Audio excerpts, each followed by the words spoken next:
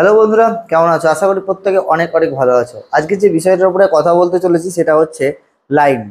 যে লাইন আমরা ইউজ করি সেই লাইনের প্রত্যেকটা মানে আছে এবং প্রত্যেকটা দিক আছে। যেমন হরাইজেন্টাল, হরাইজেন্টাল আমরা কাকে বোঝাচ্ছি, ভার্টিক্যাল কাকে বোঝাচ্ছি, কিভাবে বোঝাচ্ছি, এবং ডায়াগোনাল লাইন, এই তিনটে লাইনকে নিয়ে আজকে আলোচনা করবো। তাহলে চলো ভিডিওটা শুরু করি।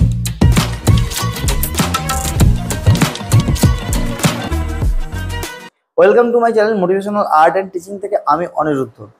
আমাদের ছবি আঁকতে গেলে লাইন সব থেকে গুরুত্বপূর্ণ একটা পার্ট, এবং এই লাইনের মারফতে দেখা যায় যে অনেক কিছু জিনিসকে বোঝানো যায়। যেমন ধরুন যে ডায়াগোনাল লাইন, ডায়াগোনাল লাইন হচ্ছে সম্পূর্ণটা পরিবর্তনশীল। ঠিক আছে, এই যে ব্যাপারগুলো, ঠিক আছে, এই যে ব্যাপারগুলোকে নিয়ে আমরা আজকে ভিডিওটা তুলে ধরেছি। আমরা আজকে কিছু লাইনের সঙ্গে পরিচিত হব এবং সেইগুলোকে যদি আমরা স্ট্রোক হিসাবে ব্যবহার করতে পারি তাহলে আমরা সেখানে কতটা বেনিফিট পাবো আজকে সেটা নিয়েও আলোচনা থাকছে। তাহলে ভিডিওটা অবশ্যই দেখতে হবে এবং একটা লাইক এবং কমেন্ট অবশ্যই করতে হবে। ভিডিওটা শুরু করি। তাহলে চলো এবার আমরা দেখা যাক যে কিভাবে আমরা তিনটে যে দাগ আমাদের হরাইজেন্টাল, ভার্টিক্যাল অ্যান্ড ডায়াগোনাল, এই ডায়াগোনাল আর ভার্টিক্যাল আর হচ্ছে হরাইজেন্টাল, এই তিনটে টোন, এই তিনটে লাইন, এর মধ্যে পার্থক্য কি, কেন জানাটা দরকার আমাদের এই তিনটে লাইনের পার্থক্যকে। দেখো, হরাইজেন্টাল যেখানে তোমার গতিকে বোঝাচ্ছে, যখন তুমি হরাইজেন্টালে কোনো শেডকে দেবে, হরাইজেন্টাল লাইনকে যখন তুমি শেডকে ইউজ করবে তখন দেখবে সেই বস্তুটার মধ্যে একটা গতির মতো ছুটছে। দেখো আস্তে আস্তে আস্তে আস্তে দেখো, এই যে আমি শেডটা দিচ্ছি, এই শেডটাতে বুঝতে পারছো তোমরা অটোমেটিক্যালি একটা গতি আছে। জাস্ট একটা বাঁ সাইড থেকে একটা ডান সাইডের মধ্যে একটা গতি আছে, লাইটের মধ্যে একটা গতি আছে।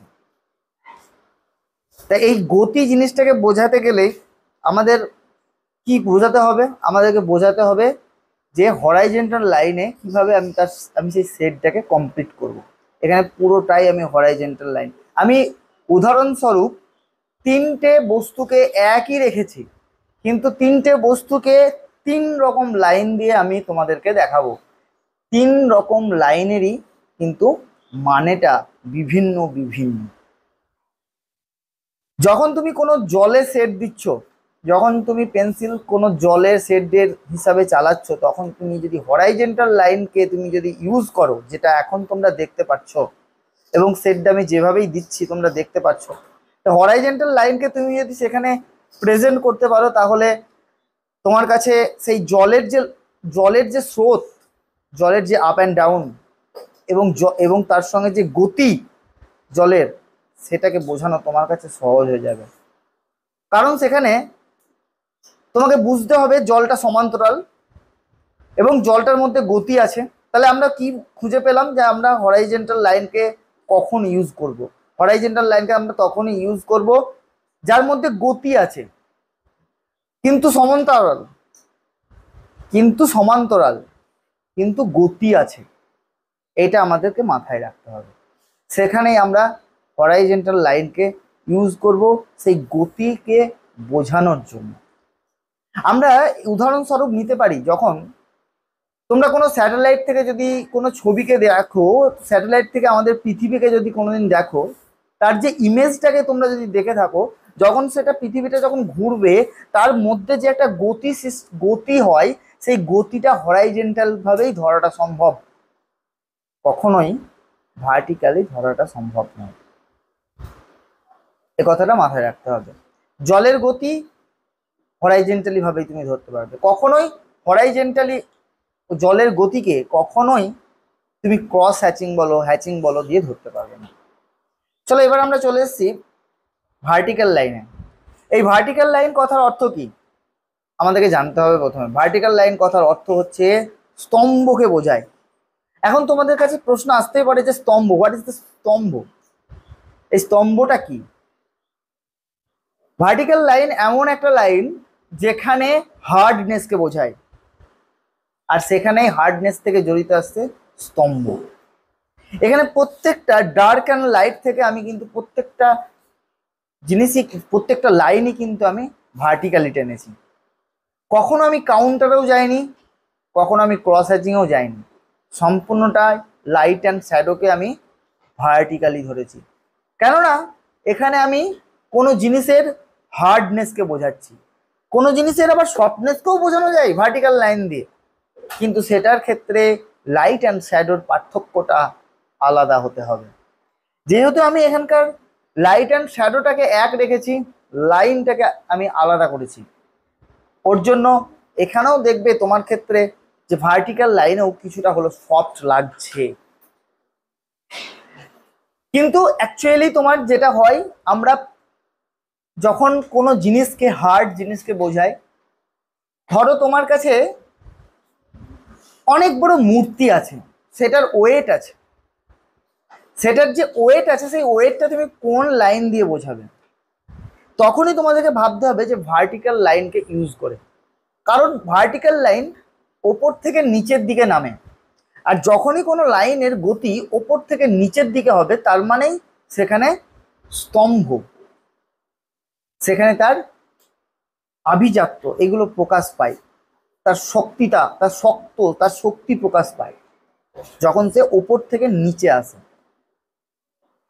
এই ব্যাপারগুলোকে তোমাকে মাথায় রেখে কিন্তু শেডিং দিতে হবে, তবে কিন্তু শেডিং এর মধ্যেও তুমি বুঝাতে পারবে যে কোনটা চলমান আর কোনটা স্থির, এবং কোনটার মধ্যে ওয়েট আছে এবং কোনটার মধ্যে ওয়েট নেই, কোন বস্তুটা কোন মেটেরিয়ালের তৈরি, এটা তুমি বোঝাতে সক্ষম হবে তখনই যখনই তুমি এই লাইনগুলোর মানেকে খুঁজে বার করতে পারবে, এবং এই লাইনগুলো কোথায় কোথায় ইউজ হচ্ছে এবং কোথায় ইউজ হয় না এগুলোর উপর সম্পূর্ণ ধারণা থাকা দরকার, তবেই তুমি এর পুরো বেনিফিটটা পাবে।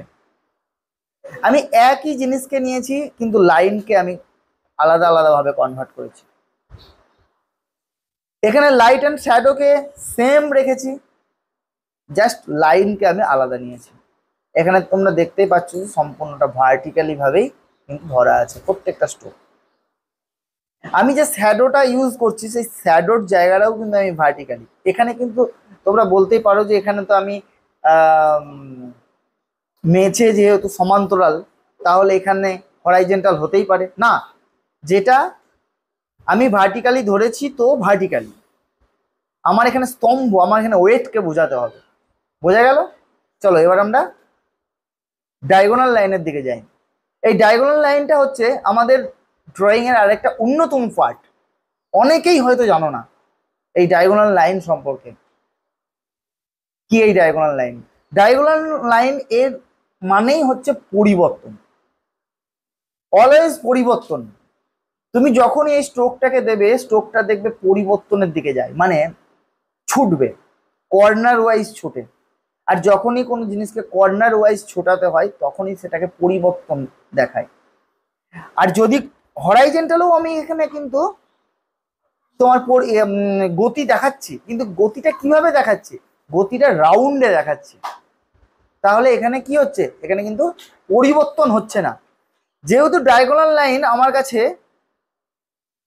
পরিবর্তনশীল, মানে হচ্ছে পরিবর্তন হচ্ছে, এটা একমাত্রই হয় পরিবর্তনটা যখন তুমি কোনাকুনি লাইনকে ছোটাবে, তখনই পরিবর্তনটা আসে।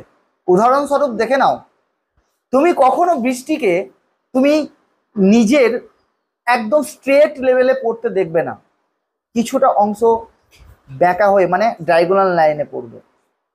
কোনো জিনিস যদি ছোড়ো, সেই জিনিসটাকে তুমি যদি লক্ষ্য করো, দেখবে যখন সে পড়তে যাবে, ছোড়ার সময় যখন পড়তে যাবে, তখন কিন্তু সেই ডায়াগোনাল লাইনেই গিয়ে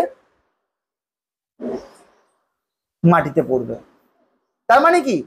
সে কিন্তু পরিবর্তনশীল হচ্ছে।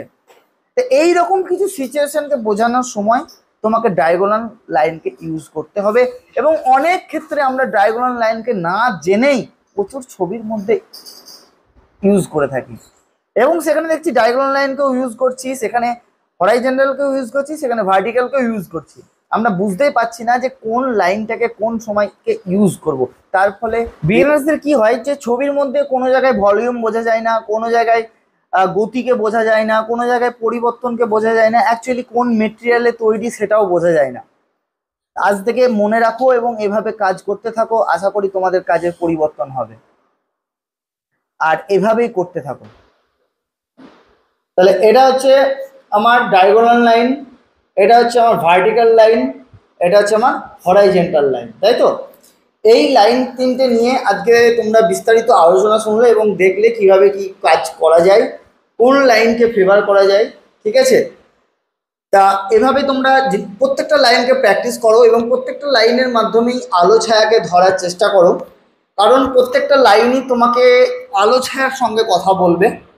তা প্রথমেই তোমাদেরকে বলবো যে তোমরা এই দুটো লাইনে কথা প্র্যাকটিস করো, তারপর এই লাইনে আসো, কারণ এই লাইনটা হচ্ছে পরিবর্তনশীল লাইন, ঠিক আছে?